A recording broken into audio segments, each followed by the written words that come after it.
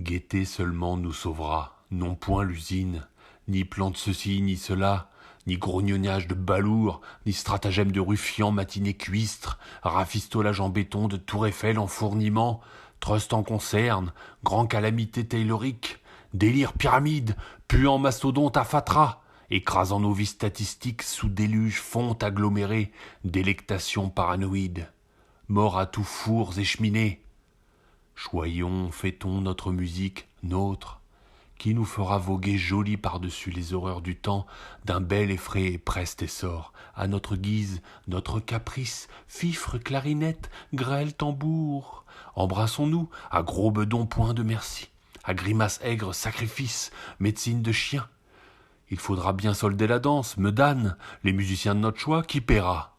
Les riches, bien sûr, ils sont venus jusque sur nous du fond des siècles, tout exprès pour nous régaler, nous égayer de leur largesse. En doutiez-vous? Ah, retrouvons notre gaieté. Où se cache-t-elle? Dessous les sous? Partageons-les. Ah, l'univers sera surpris lorsqu'il apprendra que Français partagent pécune. Cela ne s'était jamais vu. Ah, retrouvons notre gaieté. Ah, volons tous au sacrifice. Ah, plus de mines morfondues, gai, gai, polcon, tous au partage. Pourquoi le peuple a-t-il perdu ses francs rires et couplets? Les ronds, question résolue, harpagon pendu. Ah, certes, bien chaud, partisan de justice sociale, il faut faire régner la justice, et tout de suite, et pas dans 10 ans, nom de Dieu. Ça va assainir l'atmosphère, purger les rancunes, il faut faire régner la justice, la vengeance des opprimés, non parce que ça leur fait plaisir, mais parce que c'est la guérison, le baume des jaloux, des envieux, des enragés de pognon, de tout le monde en somme aujourd'hui, de la société tout entière qui a plus une idée hors du pèse, le bourgeois pour qu'il se barre pas, le pauvre pour lui caloter. C'est la maladie unanime, faut opérer ça d'un seul coup, inciser l'abcès long et large, que ça dégorge, qu'on n'en parle plus. Tant qu'on n'aura pas ouvert pognon, on n'a rien fait de sérieux. Méchant cotère sur pourriture, marché noir et compagnie, tralala foireux, clarinette. C'est pas de discours qu'il s'agit, ni d'ordre moral, ni de police, d'élection non plus. C'est gros sous qu'il faut opérer, vider sa poche, débrider, amener tout ça au soleil. C'est de l'hygiène sans patchouli, nettoyer le cul de la sociale, après elle pourra se faire coquette. Telle qu'elle, c'est une infection, une hideur bien décourageante, que c'est même plus à en rire, que c'est vraiment plus rien du tout. La révolution moyenneuse? Comment l'allez-vous faire, belle face? Je décrète salaire national 100 francs par jour maximum, et les revenus tout pareillement pour les bourgeois qui restent encore, bribes de rente, ainsi je n'affame personne en attendant l'ordre nouveau. Personne ne peut gagner plus de 100 balles, dictateur compris, salaire national, la livre nationale. Tout le surplus passe à l'État. Cure radicale des jaloux. 100 francs pour le célibataire, 150 pour les ménages, 200 francs avec 3 enfants, 25 francs en sus à partir du 3e môme. Le grand salaire maxima, 300 francs par jour pour le père Gigogne. Ça sera une extrême exception. La moyenne, 70-100 balles. Forcément, il y en a qui fument, qui trouvent que c'est pas juste du tout. Les ceuses qui gagnent pas leurs 100 francs. Pardon, tout est prévu, 50 francs salaire minimum, 75 mariés, 100 francs les pères de famille avec 3 enfants au moins. J'ai pensé à eux. Plus de chômage, bien entendu. Comment vous supprimez ça? Je nationalise les banques, les mines, les chemins de fer, les assurances, l'industrie, les grands magasins. C'est tout.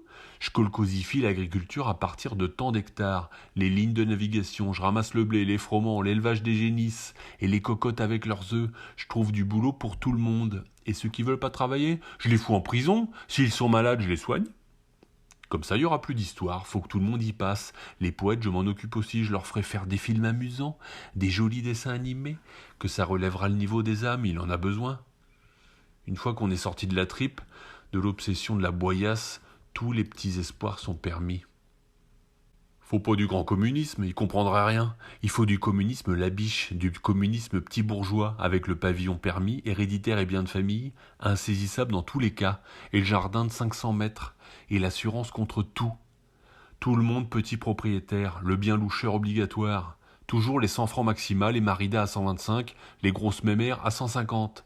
Ça fera des discussions affreuses, du bignolage perte d'ouïe, un paradis pour ménagères. On n'arrêtera plus de jaboter à propos des profiteurs qui ont des 4 et 5 enfants. Mais ça aura plus de conséquences, ça pourra pas soulever les masses de différence de 25 francs.